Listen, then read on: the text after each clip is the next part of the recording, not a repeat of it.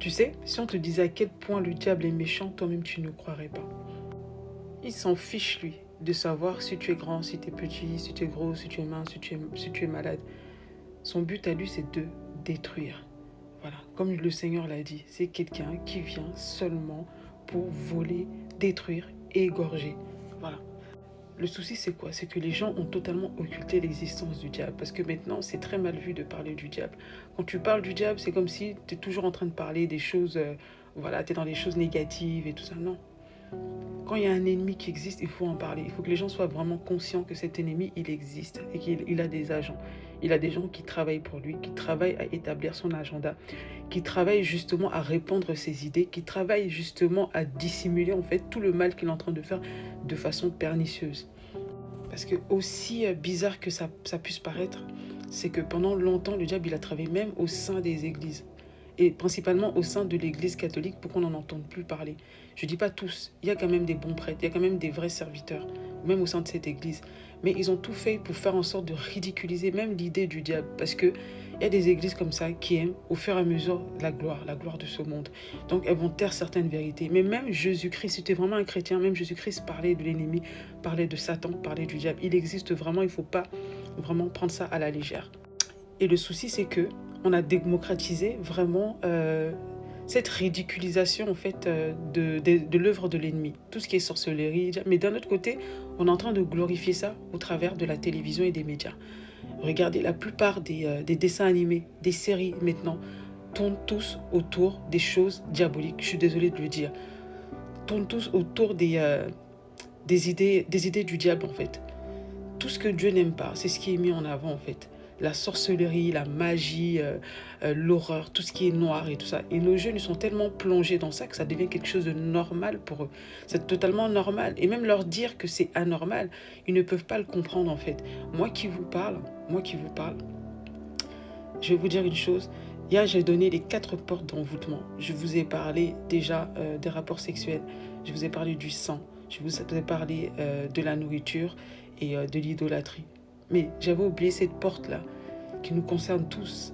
C'est ce que je tiens dans la main là, cet écran, les écrans. Que ce soit la télévision, que ce soit par les médias. En fait, les médias, voilà, je vais dire les médias. Les médias, que ce soit Internet, tout ça. Les médias, tout ce qui est contrôlé par ces gens-là, c'est une porte aussi d'entrée chez vous. Et je vais te dire une chose, pas parce que tu es un serviteur de Dieu, que tu es un enfant de Dieu, que ça veut dire que ta famille est protégée. Moi, je le sais et je le vis en ce moment en tant que mère de famille. Ta famille, tes enfants ne sont pas protégés du tout. Ne croyez pas que parce que forcément tu es un serviteur de Dieu, tes enfants seront, voilà, entre guillemets, bien, ils vont se tenir tranquilles. Non. C'est pour ça que la parole de Dieu nous dit de les discipliner, de faire et de beaucoup prier pour eux. Parce que je t'assure que si tu ne pries pas pour tes enfants, tu auras de très mauvaises surprises. Si tu ne les disciplines pas et que tu ne prends pas vraiment au sérieux les choses qui sont autour d'eux, tu auras de très mauvaises surprises. Je vous parle en connaissance de cause.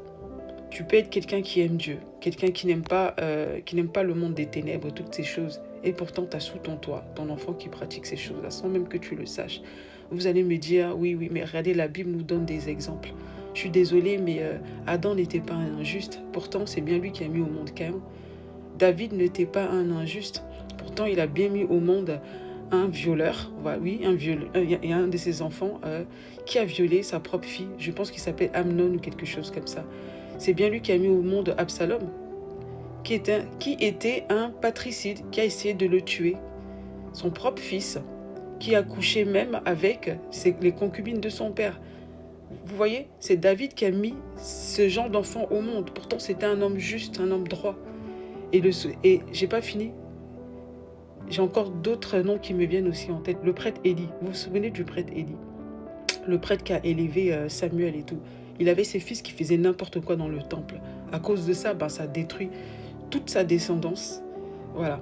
Il y avait le prêtre Élie. Tout ça parce qu'il était laxiste. Quelquefois, c'est dur à le dire.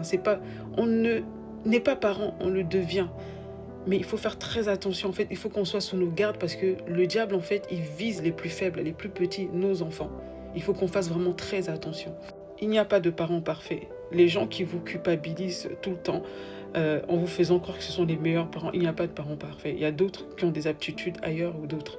Et moi, je me rends compte qu'en tant que parent, je n'ai jamais été un parent parfait. Et je le dis parce que pendant une grosse partie de ma vie, j'ai été immature et maintenant, j'essaie d'être un bon parent et je me rends compte qu'il y a tellement de choses à rattraper. Je veux franchement comment vous dire ça, vous donner des avertissements. Faites attention à vos enfants, faites attention à ce qu'ils regardent, aux gens qu'ils fréquentent, même dans vos familles. Même dans la famille, faites attention, ne laissez pas votre enfant aller chez n'importe qui, n'importe où. Faites très attention. Parce que il y a des dégâts qu'on ne peut pas réparer, qui prennent beaucoup de temps et même que vous ne pourrez pas facilement réparer, vous voyez. Et le piège qui est dans la maison de la plupart des gens, c'est la télévision. La télévision, le téléphone et toutes ces choses-là. Toutes ces choses-là sont des canaux, vraiment, pour envoûter nos enfants. Je vous ai parlé de 4 portes d'envoûtement, canaux d'envoûtement. Mais n'oubliez pas les écrans, n'oubliez pas les médias, les téléphones. Si aujourd'hui vous voyez que nos enfants se conduisent d'une certaine façon, n'ont plus le respect de leurs parents, n'ont plus le respect de la vie, n'ont plus le respect en fait des choses sacrées, des choses divines, posez-vous les questions. Ça vient d'où? Ça vient des écrans, ça vient des choses qu'ils entendent, des choses qu'ils voient et des idées qu'on essaie de mettre dans leur tête. Vous savez, la Bible parle du diable comme un lion qui rôde, cherchant qui dévorer. Est-ce que vous avez déjà regardé, je ne sais pas, un documentaire voilà, d'histoire naturelle? Vous savez, les documentaires animaliers, là, où deux fois tu regardes les lions, comment se conduisent, voilà, certains animaux dans leur milieu naturel. Moi, j'en ai regardé comme ça sur les lions parce que j'aime beaucoup cet animal-là, le lion. Et vous savez, quand les lions, ils vont chasser, c'est surtout les lionnes qui vont chasser.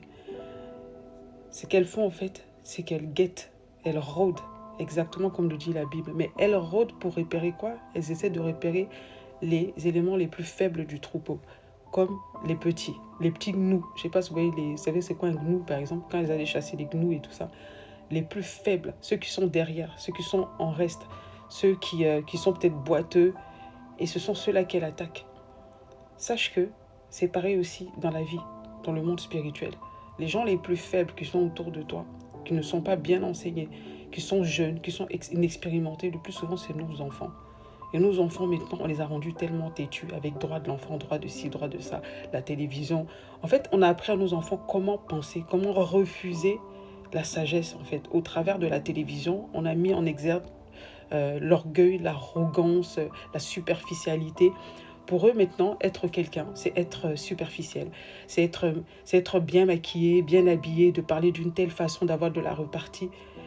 La sagesse, le calme, la douceur, c'est devenu quelque chose qui est vraiment négligé par nos enfants. Ils n'ont même pas envie d'avoir ces valeurs-là, d'avoir des valeurs de sagesse, de douceur, de générosité. Non, non. Quand on parle de générosité maintenant, c'est de donner quelque chose et de se vanter. Maintenant, la générosité, c'est quoi? C'est donner quelque chose et de se filmer. Les vraies personnes généreuses, je vais vous dire, elles ne vont jamais dire ce qu'elles font. Elles ne vont jamais se filmer quand elles font des dons ou quoi que ce soit. Je vous assure, les vraies personnes généreuses sont trop pudiques pour montrer ce qu'elles font. Parce qu'elles savent c'est quoi avoir besoin de quelque chose. Elles ne vont pas afficher les gens à qui elles font du bien. Je le dis parce que je sais de quoi je parle. Donc maintenant, les gens sont émerveillés quand ils voient des choses comme ça. Mais le monde de maintenant, il est faux, il est superficiel. La plupart des gens qui se montrent, en fait, qui veulent montrer, qui font des trucs pour montrer qu'ils font ça, des grandes œuvres, moi je me méfie souvent. Souvent, quand vous grattez, ce ne sont pas des personnes bien, ce ne sont pas des personnes bonnes. Les personnes qui font vraiment beaucoup de choses, de bonnes choses, elles cachent 90% de leurs œuvres, je vous assure. Maintenant, de nos jours, là, tout tourne autour de l'arrogance. Les gens sont d'une arrogance, d'une arrogance. Même nos enfants, en fait, je voulais juste faire cette vidéo, je ne sais même pas pourquoi je voulais la faire. Juste pour vous dire, faites attention, le diable, il est en train d'éduquer nos enfants. Il est en train d'éduquer cette génération. Quand je vois cette génération, comme elle est en train de devenir une génération de woke, une génération de je m'en foutiste, une génération égoïste, quelquefois, je suis choquée des paroles qui peuvent sortir de la bouche d'adolescents. Des adolescents. Avant, quand tu étais adolescent, il y avait une certaine candeur. Maintenant, il n'y a plus de candeur. Il y a tellement de saleté au travers des écrans. Faites attention. C'est ce que je veux vous dire. Et priez pour vos enfants. Priez pour vos enfants. Parce que les démons, maintenant, là, ils ont compris que au lieu de se fatiguer avec nous, les adultes, là, il fallait former la génération à venir dès le berceau. Et ils ont commencé maintenant au travers des dessins animés, au travers des médias, des réseaux sociaux. Faites vraiment attention.